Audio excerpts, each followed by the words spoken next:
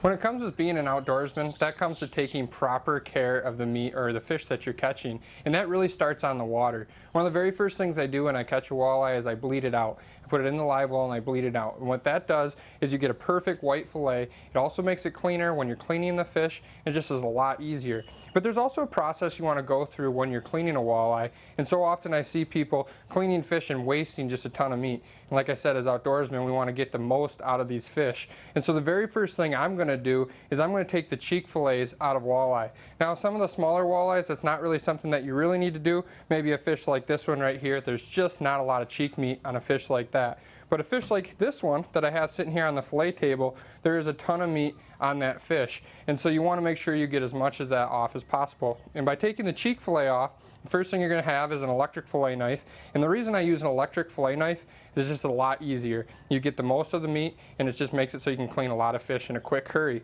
And when you're learning how to cut fish up, don't worry about it. You're going to see guys that are really fast, and that just takes time. Practice makes perfect. Don't be afraid if you mess a couple of these up as you're going along, because we're fishermen. There'll be more fish to catch. And so the very first thing that I like to do is actually just take the cheek meat out.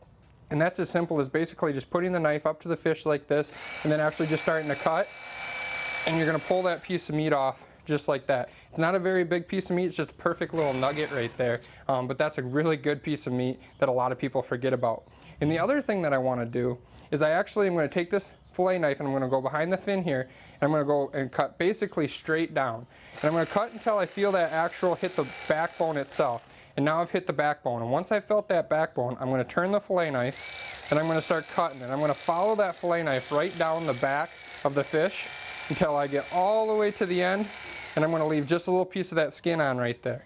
Now when I flip it over, I'm just going to be able to take the fillet in that skin, and I want to get the fillet off of the skin itself. And so now I'm going to take the fillet knife and go right down the skin, and again, you're just following it and letting the knife do the work, and you take it off. And just like that, now you have a perfect fillet.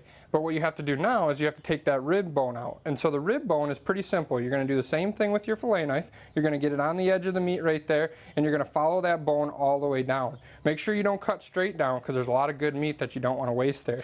So you're going to follow it down, follow it up. But the very last thing I like to do, and just for me it makes the fish taste a little bit better, is I like to cut right here. On either side of the lateral line, I'm going to make a cut. And then what I can do, I set this knife down here, and I can pull the fillet. And when I pull this fillet, you're going to see that I basically have two sides of this fish now.